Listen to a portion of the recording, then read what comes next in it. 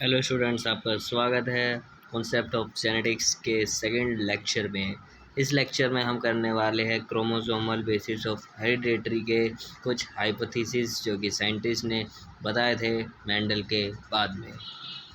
Start करते हैं। हमारे जो पहले साइंटिस्ट थे कार्ल नेगली, स्विस बोटनिस्ट, उन्होंने स्टडी करी थी सेल डिवीज़न और पोलन फॉर्मेशन के बारे में।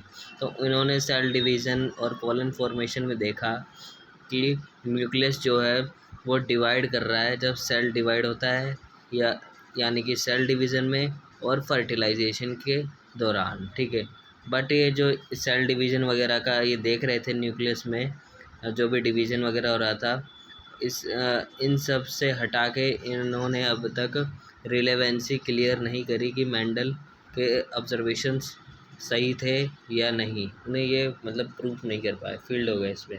इनके बाद में बहुत साइंटिस्ट आए, जैसे कि सेवरल साइंटिस्ट ने ट्राई करा मैकेनिज्म ऑफ जीन ट्रांसमिशन को, कि वो प्रूव कर सके मेंडल की बातें। तो जब से हमारे गैमेट्स हैं, जो ओनली सेल्स हैं, gametes are the only cells. Gametes वो सेल हैं जो पास करते हैं पेरेंट्स से लेके ऑफस्प्रिंग तक। मतलब ये जो बातें इसने लिखी थी इसके बाद में, कि हम बाकी साइंटिस्ट ने जो भी थे इसके बाद में, मतलब बहुत सारे थे, उनके नेम वगैरह नहीं ले सकते क्योंकि इसमें मेंशन भी नहीं है कि गैमेट्स थे, जो कि उस टाइम पर गैमेट्स ही थे वो सेल जो पेरेंट्स से ऑफस्प्रिंग तक पास कर सकते थे। और वो सेवरल बायोलॉजिस्ट जो भी थे उन्होंने वो कंसंट्रेट करा अपना बिहेवियर ऑफ न्यूक्लियस पे और इसके जर्मिनल सेल्स पे। मतलब न्यूक्लियस का क्या बिहेवियर है और जर्मिनल सेल्स क्या काम करते हैं, उस चीज़ पे उन्होंने ज़्यादा कंसंट्रेट करा, मतलब दूसरे वे में। फिर इसके बाद में आते हैं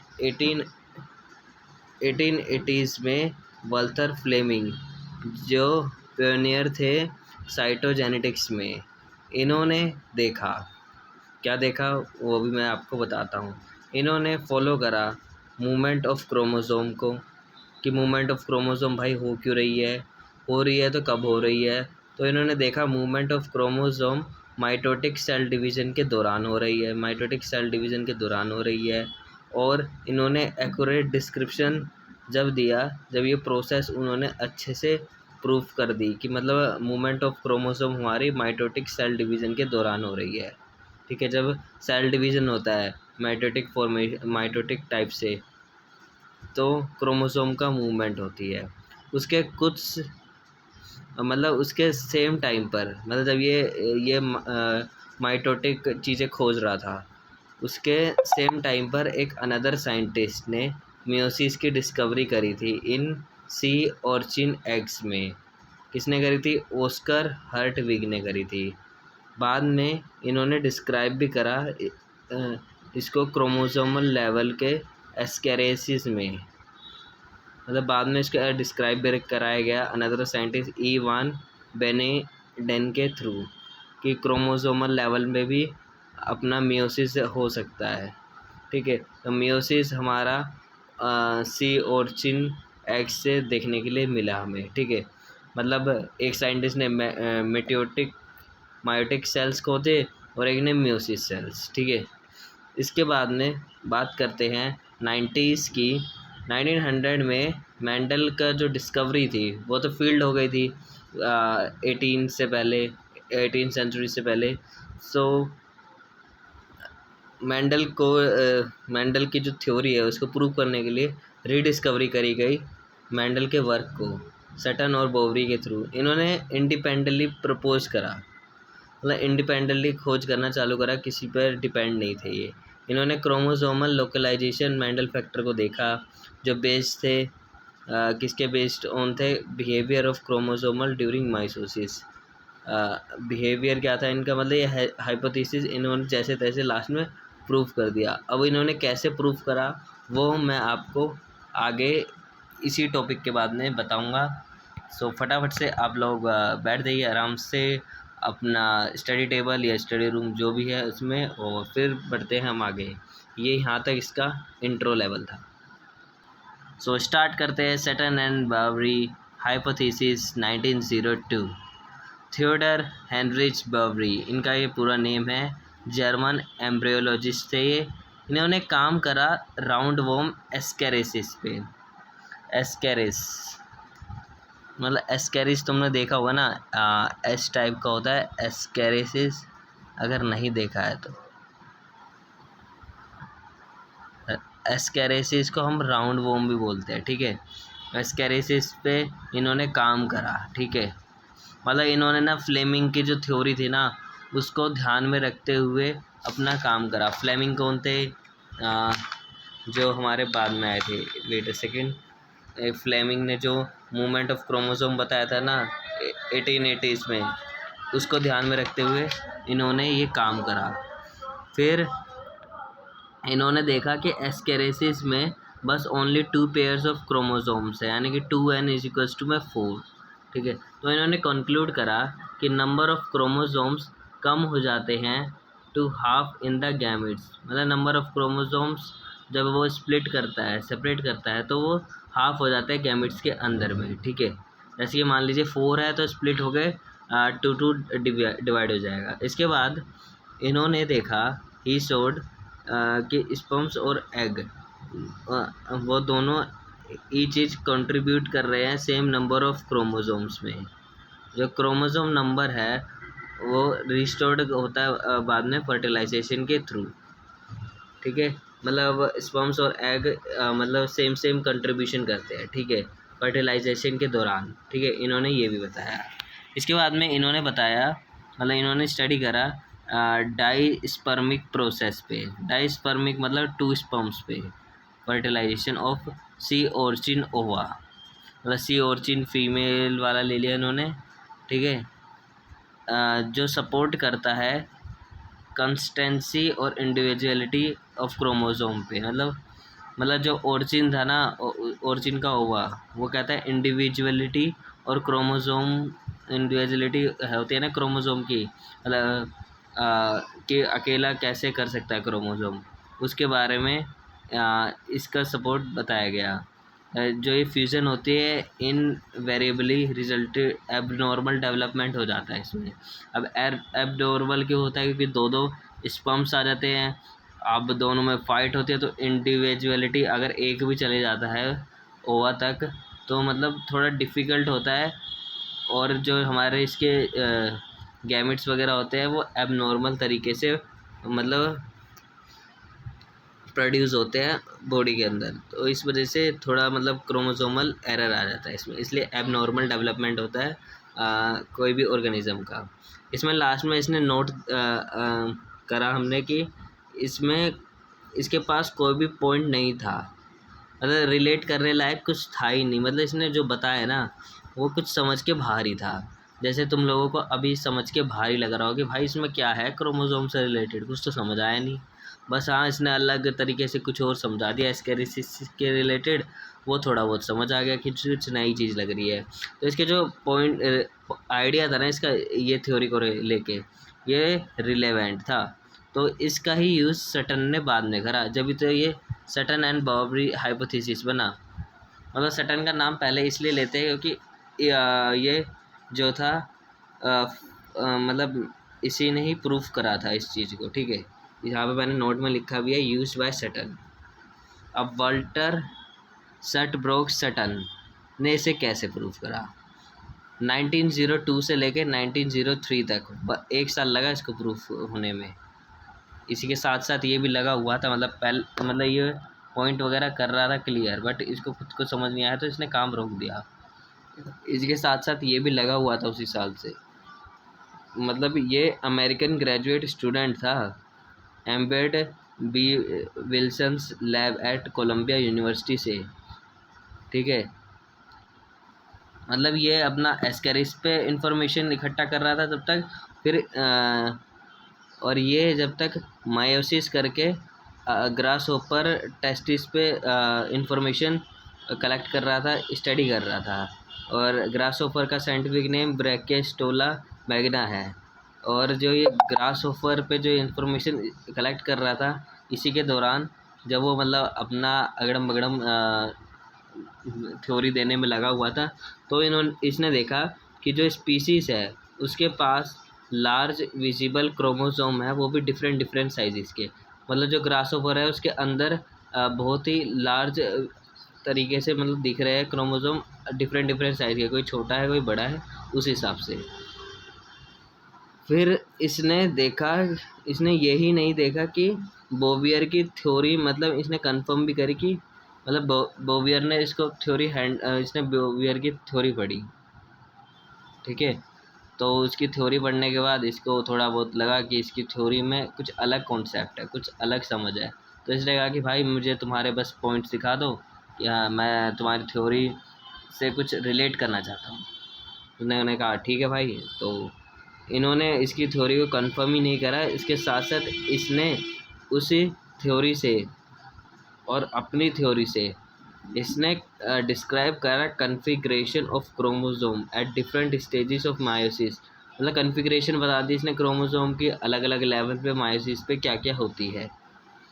और यही एक पहला साइंटिस्ट था जिसने रिलेट करा मेंडेलियन जेनेटिक्स को, वो भी क्रोमोसोमल बिहेवियर के साथ, ठीक है। यही पहला साइंटिस्ट था। अगर पूछा जाए ना कौन था मेंडेलियन जेनेटिक्स, कौन रिलेट कर पाया, सटन कर पाया। इसने सजेस्ट करा, कैसे ही रिलेट कर पाया, इसे सजेस्ट करा association of parental and maternal chromosome in pairs. मतलब एसोसिएशन होता है ना पैटर्नल और मैटरनल, पैटर्नल मतलब फादर साइड एंड मैटरनल मतलब मदर साइड के क्रोमोसोम पेयर में होते हैं, एंड जब वो सेपरेट होते हैं ड्यूरिंग रिडक्शन डिवीज़न के दौरान वो सेपरेट होते हैं, ठीक है। ये इसने प्रूव करा कि मतलब दोनों ही पेयर्स में होते हैं, बाद में वो सेपरेट हो जाते हैं थ्रू द सेल डिवीज़न, ठीक है। तो इसमें ही क्रोमोसोमल थ्योरी उसने बताया कि क्रोमोसोमल अपने हिसाब से स्प्लिट हो जाते हैं जब F1 प्रोजेनी प्रोड्यूस होती है।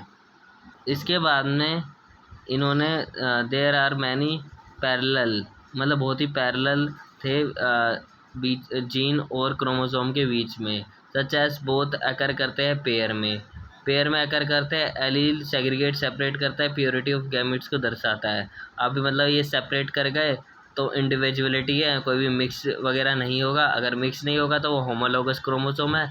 अगर डिफरेंट डिफरेंट क्रोमोसोम्स एक ही गैमेट में आ रहे हैं तो वो नॉन होमोलोगस होगा, ठीक है, यानी कि हेट्रोजाइगस वगैरह फॉर्म में आ जाता है वो। इसके बाद में मॉर्गन साहब का एक्सपेरिमेंट देखते हैं, ठीक है। यहाँ तक सबको क्लियर होगा। अभी के 13 मिनट तक मैंने जो पढ़ाया वो सबको क्लियर होगा। अगर नहीं है तो कमेंट में बता सकते हैं या वीडियो को रिवाइंड करिए।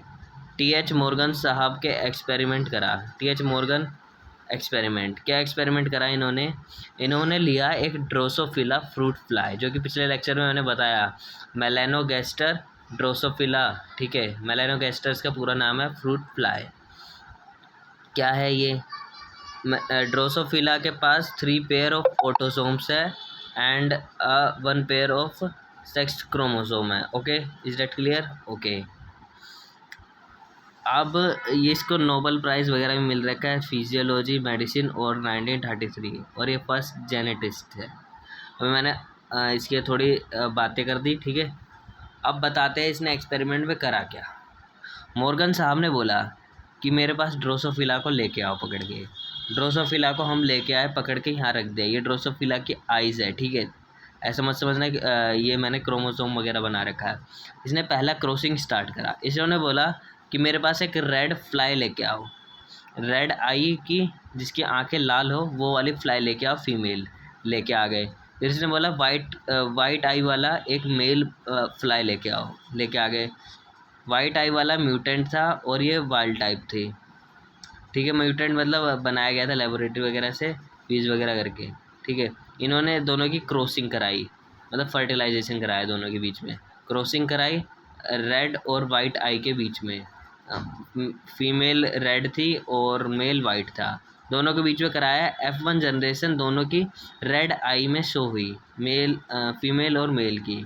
तो इसमें हमें पता लगा जब इसने F1 क्रॉस कराया, कह रहा है कि F1 क्रॉस मैंने कराया, दोनों की आंखें लाल कैसे आ गई भाई? या तो रेड आई डोमिनेट कर गई और वाइट वाला रिसेसिव रह गया, रिसेसिव ट्रेट, मतलब ये मतलब वाइट वाला अपना कुछ दिखा नहीं पाया इसमें, तो सारे प्रोजेनी रेड आई आ गए, या तो मेल होगा या फीमेल जो भी प्रोड्यूस होगा उसमें, ठीक है। फिर इसके बाद में इसने सोचा चल F1 में तो दोनों रेड आ गए क्योंकि रेड डोमिनेट हो गया होगा और वाइट फीका पड़ गया होगा इसलिए से, ठीक है। इसमें पूरा डोमिनेंस हो रहा है, लो ऑफ डोमिनेंस पूरा लग गया। उसने ये सोचा कि पूरा लो ऑफ डोमिनेंस लग गया तो मेंडल की आधी बात तो सच हो गई। और अगर इनकम्प्लीट डोमिनेंस होता तो दोनों में पिंक पिंक प्रोड्यूस हो जाता क्योंकि वाइट का भी लगता है या वाइट अलग में आता। इसने फिर बाद में सोचा कि सिबमेटेड कराते हैं, इंटरक्रॉस कराते हैं F1 प्रोजेनी के बीच में, यानी कि सिबलिंग्स के बीच में क्रॉसिंग कराते हैं, ब्रदर एंड सिस्टर्स के बीच में, ठीक है। इन्होंने दोनों को लिया, दोनों के बीच में क्रॉसिंग कराई, रेड रेड वाले के बीच में। फिर इसने क्रॉसिंग कराने के बाद में देखा कि जो भी हमारा ये प्रोजेनी आई F2 प्रोजेनी, इसने F2 नाम दिया, ठीक है, जनरेशन 2। इसने देखा फीमेल जो है वो रेड आई और फिर बाद में मेल जो है वाइट आई आ गया। तो इससे हमें ये पता लगा कि जब हम अगर इसकी ज़्यादा बार क्रॉसिंग कराएंगे तो जो हमारा मेल है वो वाइट ही आएगा और फीमेल हमारी रेड ही आएगी। तो इसकी जो रेशो बन रही थी वो रेशो बनी 3:1, मतलब 3 मतलब रेड के लिए और मेल 1 के लिए, 1 2 3 और 1, ठीक है, समझ आया? ओके, यहाँ तक सबको क्लियर होगा। मतलब इसने देखा कि अगर ये एक बार कराता है तो मतलब या तो वाइट कम पड़ गया होगा, मतलब वाइट या तो ड्राफ्ट में है, अगर फुल वाला लेता तो दोनों रेड एंड वाइट आते, ठीक है। यहाँ तक सबको क्लियर है। फिर इसके बाद में इसने फर्स्ट क्रॉस कराने के बाद में सोचा ना कि इनकी क्रॉसिंग हो गई है तो वाइट तो मेल ही आएगा और रेड फीमेल ही आएगा। इसके बाद में इसने सेकंड में टेस्ट क्रॉस कराया, ये सेटिस्फाई तो हुआ नहीं। एक एक्सपेरिमेंट से कौन सेटिस्फाई होता है भाई, तुम भी नहीं होते। टेस्ट क्रॉस कराया, टेस्ट क्रॉस कराने के बाद में मेल वाइट लिया और F1 फीमेल ली इसने, मेल वाइट लिया, मतलब मेल अलग से इसने वाइट लिया और F1 की फीमेल ली, ठीक है। दोनों के बीच में क्रॉस कराया तो इसने देखा मेल वाइट ही आया और फीमेल रेड ही आई। तो इसको कलर डिफ्रेंशिएशन से तो छुटकारा मिल गया कि कलर तो यही रहेगा भाई, मेल और फीमेल का। इसके बाद में इसने थर्ड क्रॉस कराई जिसको हमने रेसिप्रोकल क्रॉस कहा, रेसिप्रोकल क्रॉस कहा, ठीक है। जिसमें रेसिप्रोकल यानी कि इसमें इसने जो आई वाले थे ना, आई वाले फ्लाइज बदल दिए, यानी कि इसमें इसने फीमेल वाइट आई लिया है और मेल रेड आई लिया है। लेने के बाद इसने दोनों के बीच में क्रॉसिंग कराई, क्रॉसिंग कराने के बाद इसे पता लगा कि फीमेल हमारा रेड आया और मेल वाइट आया। तो इसको ये एक बात तो समझ आ गई कि दोनों का चाहे कुछ भी कराओ कि कलर आई का सेम ही रहेगा। फिर इसने वापस से सिबमेटेड कराया, इंटरक्रॉस कराई F1 जनरेशन के बीच में। F1 जनरेशन के इंटरक्रॉस कराने के बाद में भी रेड वाला जो है हमारा फीमेल वो फीका पड़ गया और दोनों का वाइट कलर आया, जस्ट बिकॉज क्योंकि हमारा जो फीमेल है वो या तो हमारा वो उसका पेयरिंग एरर हुआ होगा या वो क्या कह सकते हैं हमारा जो वाइट है वो डोमिनेट कर गया होगा और जो हमारा रेड है वो रिसेसिव पड़ गया होगा उधर पे। तो ये पॉसिबिलिटी इसको यहाँ पे दिखी। तो इसने नीचे बताया कि फीमेल फ्लाई के पास 2 X क्रोमोसोम होते हैं XX और मेल के पास XY होते हैं, जैसे मतलब सिमिलरिटी टू ह्यूमंस, ठीक है। तो इतना बताने के बाद में इसे ये पता लगा कि दो कलर सेम वेम मेल और फीमेल में यही आता है, ठीक है। मेल का वाइट रहता है और फीमेल का रेड रहता है। इस एक्सपेरिमेंट से इसको ये पता लगा। तो मॉर्गन साहब का एक्सपेरिमेंट सबको क्लियर होगा, ठीक है। नहीं क्लियर है तो बताएंगे कमेंट में। अब मॉर्गन साहब का एक्सपेरिमेंट अगर किसी को खटक रहा होगा कि भाई ऐसे कैसे हो गया, तो उसका प्रूफ देने के लिए क्रोमोसोमल हेरिडिटरी के लिए कैल्विन ब्लैकमैन ब्रिज 1916 में उन्होंने कहा कि मॉर्गन मैं तेरे साथ हूँ, मैं तेरा प्रूफ दूंगा। उसने मॉर्गन का एक्सपेरिमेंट को वापस रिपीट करा। इसने बोला चलो मैं एक और बार करके देखता हूँ, मॉर्गन साहब जो जो तुमने बताया वो मेरे को बताओ, मैं करके देखता हूँ। तो इसने क्रॉस कराया वाइट आई फीमेल को और रेड आई मेल को, ठीक है। एक्सपेक्टेड जो मेजोरिटी थी फ्लाइज की वो रेड आई फीमेल आ रही थी और वाइट आई, बट कुछ कुछ एक्सेप्शनल केसेस में कुछ रेड आई मेल भी आ रहे थे और वाइट आई फीमेल भी आ रहे थे। यानी कि प्रपोर्शन बन रहा था एक क्रॉसिंग में 2000 से 3000 फ्लाइज, ऐसे कुछ, ठीक है।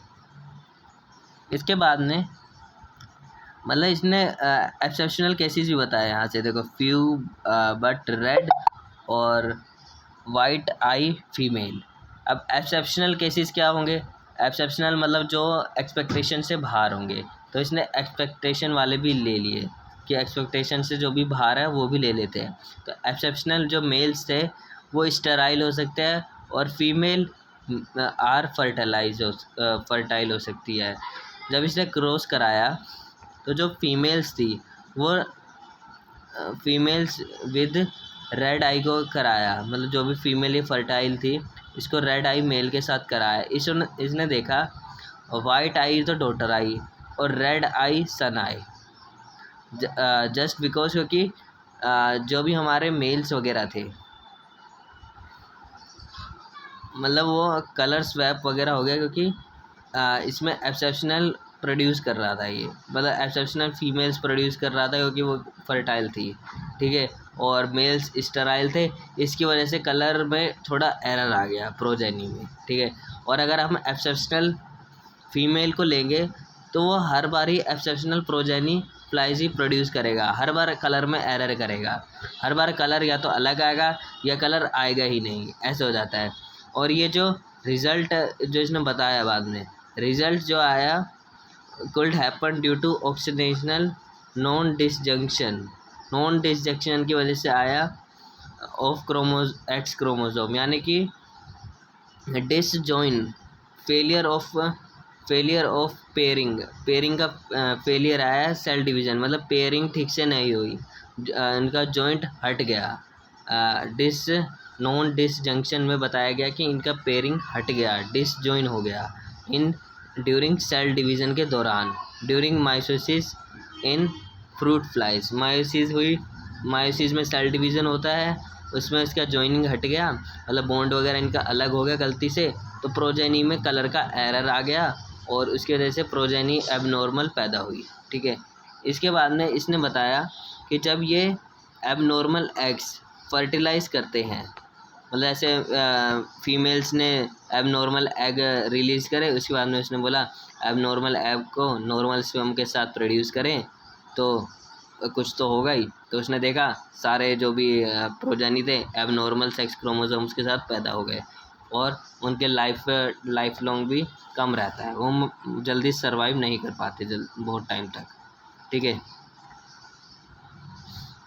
इसके बाद में हम आगे बढ़ते हैं। इससे पहले आप लोगों को ये क्लियर होगा कि इसने बताया कि कुछ एक्सेप्शनल केसेस पे थे मॉर्गन साहब के थ्योरी में, इसी वजह से मॉर्गन साहब ने 3-4 बार क्रॉसिंग करा के देखा था। तो इसने ये बताया कि मतलब स्टेराइल भी हो सकता है, पेयरिंग भी हट सकती है, इस वजह से कलर में एरर आ रहा था, ठीक है। इसके बाद में इसने क्रॉसिंग करा के भी देखा, एक टेबल बनाया रफ इसने बोला XXX ठीक है, और ओ हमारा जो भी है वो स्टेराइल है, ठीक है। इसने मेटा फीमेल लिया जो कि मल्टीपल एबनॉर्मलिटीज थे और पुअर सर्वाइवल के इनके चांसेस थे, ठीक है। ये नीचे वाले स्पर्म्स है, ऊपर वाले एग्स हैं। फिर इसके बाद में XW लिया, XW हमारा मेल हो गया और स्टेराइल भी हो सकता है। और वाई में हमारा वाई को एक्स के साथ कराएंगे तो या तो फीमेल प्रोड्यूस होगी और वाई का ओ के साथ होगा, मतलब कुछ नहीं होगा, मतलब डाई मरा हुआ पैदा होगा, ठीक है। मतलब इधर पे स्टेराइल तो होगा ही, और फिर उसका कुछ फ़ायदा नहीं है इस वजह से। तो इधर पे इसने इस टेबल से ये पता लगाया कि मतलब एक्स को अगर एक्स के साथ कराएंगे तो फीमेल प्रोड्यूस होगी, बट अगर एक और एक्स आ गया क्रोमोसोमल एरर की वजह से तो एबनॉर्मलिटीज़ होगी और सर्वाइवल के चांसेस भी बहुत कम हैं। ठीक है।